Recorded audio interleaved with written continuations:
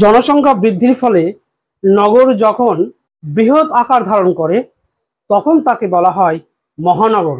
ভারতে 10 লক্ষের বেশি জনসংখ্যা বিশিষ্ট অঞ্চলকে বলা হয় মহানগর।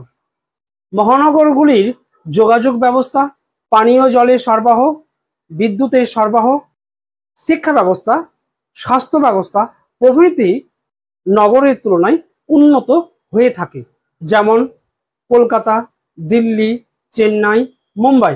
সংরক্ষণ বনভূমিতে বৃক্ষাদি সহ পশু পাখি সরকারিভাবে সংরক্ষণের আওতায় আনা হয়েছে এবং এই বনভূমিতে প্রবেশের জন্য সরকারের অনুমোদন প্রয়োজন হয়। এই ধরনের বনভূমিকে বলা হয় সংরক্ষিত বনভূমি। যেমন উদাহরণস্বরূপ বলা যায় কেরলের পালাঘাট জেলার সাইলেন্ট ভ্যালি। যে সমস্ত অরণ্যের কেবলমাত্র বৃক্ষাদিগুলি সরকারিভাবে সুরক্ষিত আছে এবং বনভূমির মধ্যে গ্রামীণ বসতি লক্ষ্য করা যায় তাকে সুরক্ষিত বনভূমি বলে, যেমন বাঁকুড়ার শালতরা বনভূমি। দক্ষিণ ভারতে কফি উৎপাদনের কারণগুলি হলো কফি বাগিচাগুলি পাহাড়ের ধারে অবস্থিত জমিতে জল দাঁড়াতে পারে না। জমিগুলি 500 থেকে 1000 মিটার উঁচুতে অবস্থিত করায় জল জমতে পারে না। কফি চাষের জন্য প্রয়োজনীয় তাপমাত্রা 20 থেকে 35 ডিগ্রি সেন্টিগ্রেড, যা বর্তমানে এখানে বিদ্যমান। কফি চাষের পক্ষে এখানকার লৌহ, নাইট্রোজেন, পটাশিয়াম যুক্ত মৃত্তিকা আদর্শ। এছাড়াও দক্ষিণ ভারতে প্রচুর পরিমাণে দক্ষ পরিশ্রমী শ্রমিকের যোগান পাওয়া যায়। পেয়ারায় প্রচুর পরিমাণে ভিটামিন সি রয়েছে, ভিটামিন এ ও ভিটামিন বি কমপ্লেক্স রয়েছে। এছাড়াও যথেষ্ট পরিমাণে বিটা ক্যারোটিন রয়েছে, সেই সঙ্গে রয়েছে calcium, phosphorus, potassium, folic acid এবং নিকোটিনিক অ্যাসিড। এবার দেখে নেওয়া যাক পেয়ারার গুণাগুণগুলি কি কি রয়েছে।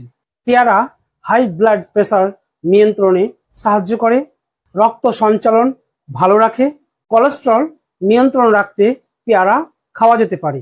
পেয়ারায় উপস্থিত ভিটামিন সি সক্রিয় অ্যান্টিঅক্সিডেন্ট হিসাবে কাজ করে, হার্টের অসুখ প্রতিরোধ করতে সাহায্য করে। অ্যাজমা, স্কারভি, ওবেসিটি ইত্যাদি অসুখের ক্ষেত্রেও পেয়ারা খুব উপকারী। ডায়াবেটিস তো বটেই, এছাড়াও প্রোস্টেট ক্যান্সারের মতো রোগ প্রতিরোধ করতে সাহায্য করে এই পেয়ারা। ব্লাড সুগার লেভেলকে নিয়ন্ত্রণ রাখতে সাহায্য করে এই পেয়ারা ফল। পেয়ারার পাতা ওজন কমাতে সাহায্য করে। পেয়ারা পাতার জুস সর্দি কাশি উপশমে সাহায্য করে। অ্যান্টিঅক্সিডেন্ট সমৃদ্ধ পেয়ারা ত্বকের বুড়িয়ে যাওয়া রুখতে সাহায্য করে।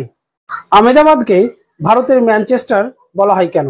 কাঁচা কার্পাস, দক্ষ সুলভ শ্রমিক, বিপুল চাহিদা, উন্নত পরিবহন ও যোগাযোগ ব্যবস্থা, সরকারি সহযোগিতা প্রভৃতি কারণে ইংল্যান্ডের ম্যানচেস্টার শহরে প্রচুর পরিমাণে কাপড়ের কল গড়ে উঠেছে। এই সমস্ত কারণে ভারতের গুজরাট রাজ্যের আহমেদাবাদ শহরে ম্যানচেস্টারের ন্যায় প্রচুর কাপড়ের কল গড়ে উঠেছে। মূলত এই কারণে আহমেদাবাদ শহরকে বলা হয় ভারতের ম্যানচেস্টার। দার্জিলিং জেলার শিলিগুড়ি মহকুমার ও জলপাইগুড়ি জেলার উত্তর পূর্বাংশে পার্বত্য নদীবাহিত নুড়ি, বালি, কাকর, কাদা, পলি প্রভৃতি জমে পার্বত্য পাদদেশীয় অঞ্চলে জমা হয়ে একটি বিস্তৃত সমতল ভূমির সৃষ্টি হয়েছে।